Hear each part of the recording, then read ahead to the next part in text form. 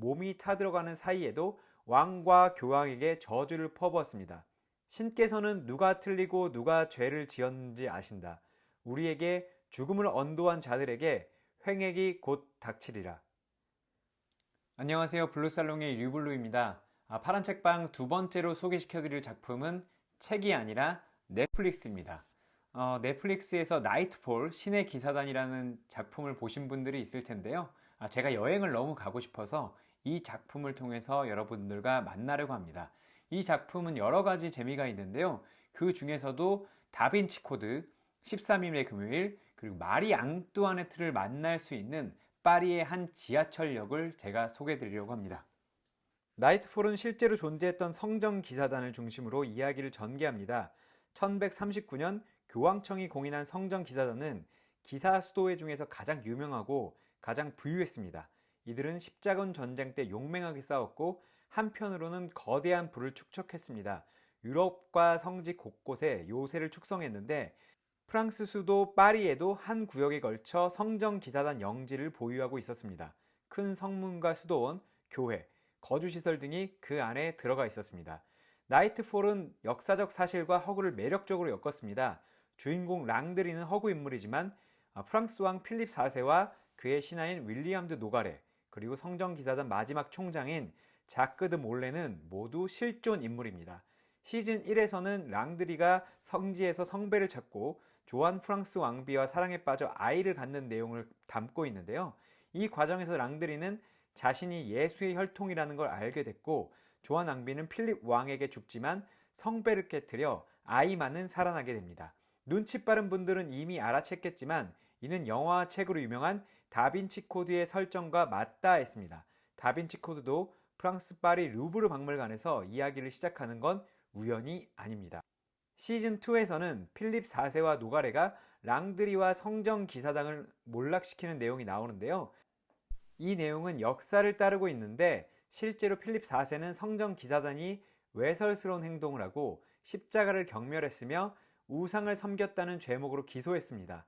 사실 필립 4세는 성정 기사단에 큰 빚을 지고 있었고 왕권을 강화하려 했기에 교황청을 로마에서 아비뇽으로 옮긴 아비뇽 유수를 주도한 교황 클레멘스 5세와 함께 성정 기사단을 와해시켜버렸습니다. 이 사건은 13일의 금요일과도 관련이 있습니다. 필립 4세가 성정 기사단을 잡으려고 명령한 날짜가 1307년 10월 13일 금요일이었기 때문입니다.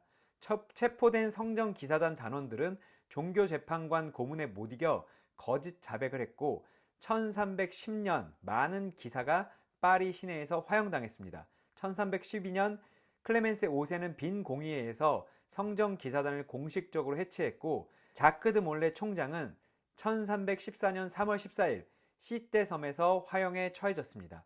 자크 드 몰레 총장은 노트르담 성당 쪽으로 자신을 묶어달라고 말했고 몸이 타들어가는 사이에도 왕과 교황에게 저주를 퍼부었습니다. 신께서는 누가 틀리고 누가 죄를 지었는지 아신다. 우리에게 죽음을 언도한 자들에게 횡액이 곧 닥치리라. 우연의 일치였을까요? 클레멘세 5세는 자크 드 몰레 사망 이후 한 달 정도 후에 죽었고 필립 4세도 사냥 나갔다 쓰러져 1314년 11월 29일에 죽었습니다. 이때부터 13일의 금요일이 불길하다는 이야기가 떠돌기 시작했는데요. 지금도 시떼섬에 가면 자크 드 몰레가 타 죽은 자리를 찾을 수 있습니다. 1811년 수도원으로 쓰였던 땅불탑이 나폴레옹에 의해 해체되면서 성정 기사단 영지는 제 모습을 완벽하게 잃었습니다. 나폴레옹은 프랑스 대혁명 때 루이 16세와 마리 앙뚜아네트 왕비 그리고 왕가 가족들이 유폐됐던 이 건물을 좋아하지 않았다고 합니다. 건물은 없어졌지만 이 성전 기사단 영지 흔적은 찾아볼 수 있습니다. 파리 지하철 3호선 땅불역에 가면 성전 기사단 옛 영지를 둘러볼 수 있습니다. 저도 파리에 몇 번을 가고도 역 이름의 유래를 몰랐는데요. 최근 이 넷플릭스를 보면서 성전 기사단 영지가 그곳에 있다는 것을 알게 됐습니다. 이곳에 가시면 표지판과 당시 지도, 무엇보다 땅불탑 흔적까지 보실 수 있습니다. 넷플릭스 같은 서비스가 급격하게 성장하고 생활의 일부분이 되면서 수많은 역사물들을 볼 수 있습니다. 드라마나 영화는 각색이 중요하지만 배경만큼은 그대로인 경우가 많은데요. 역사물을 좋아하고 파리를 즐긴다면 나이트폴을 추천합니다. 나이트폴을 보고 나중에 파리에 들른다면 그 기쁨이 더 커질 수 있겠죠. 이미 땅굴역을 방문했던 분들은 상상력에 날개를 달 수 있을 겁니다.